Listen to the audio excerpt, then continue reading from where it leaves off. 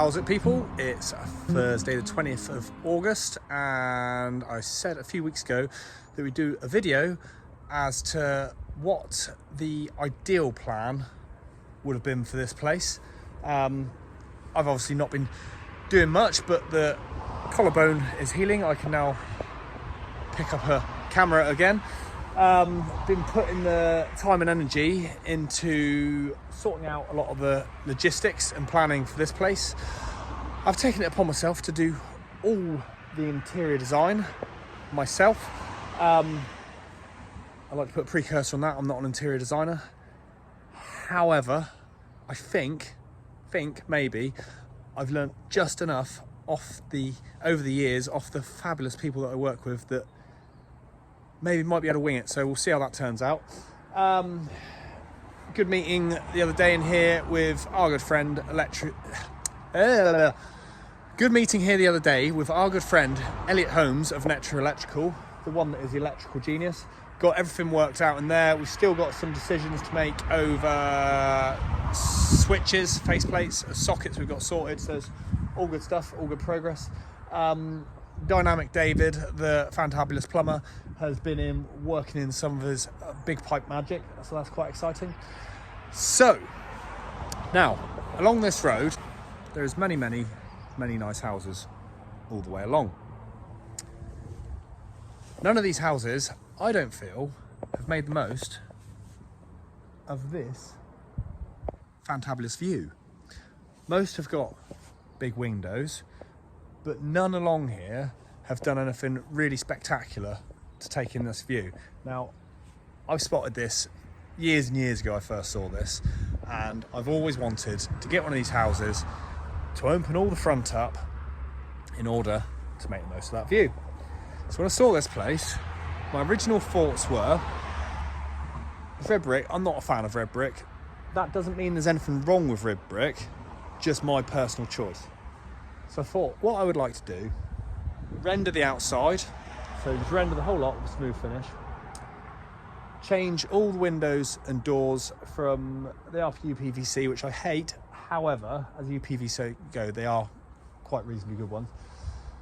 So I'd like to render the whole lot, put in probably slimline aluminium windows and doors, probably like a nice dark anthracite colour, something like that, on a light render.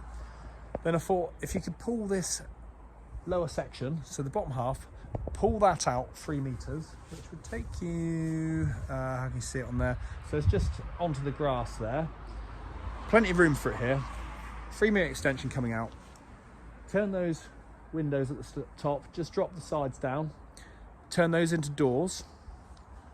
Move the sitting room from downstairs to upstairs. Open up the wall at the back, you come up the stairs, and you'd have a whole great big huge sitting room, which then went out onto a balcony, which then overlooked that view. Downstairs, you could very easily get 2 bedrooms in that side where the sitting room is, with an ensuite. Inside, I actually drew most of this out as well. So inside, you would have the majority of this would be kind of like a lobby. So you come in the back of the house, you come in, you have a lobby, you have any kind of boilers, stuff like that. You could have extra freezers, downstairs toilet, that sort of thing. This room here, possibly keep that, might move that wall back a bit. Knock through here, that will go out a further 3 meters. Again, bifold doors opening right up onto that view. Sounds good, doesn't it? So that would be my ideal plan.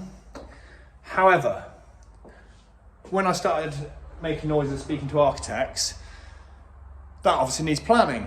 So I was like, I just haven't got the energy right now to deal with planning permission. After our head house, I just said, no, I need something simple. So then scaled it back. I scaled back and said, all right, let's lose the extension and let's just change the windows to doors and render it. So I was fairly sure you could do that without planning. No. You cannot do anything that affects the principal elevation of a building. So then I looked through all the planning permission that's happened along this road over the last 20 years, whatever it is. There's been one refusal, and that was for not being in keeping with the surrounding houses. Now, I know I could get it through and I would get it through, but it's how much energy that takes. I know once it was through, it would set a precedent, and all the houses along it over time would copy that precedent. But quite frankly, I didn't want to be the one who set the precedent. So that's why we've gone for the route that we have. We've gone for fairly minimalist outside work. We've focused on the inside. It's going to be really cool and trendy, depending on how the interior designer turns out. We're hoping it's going to be really cool and trendy, and just modernising it with the least resistance work-wise. So I thought it'd be worth sharing that little insight with you to fill up the time. I'll get back to working on my course, teaching people how to be property developers. Speak to you soon. Cheers. Bye.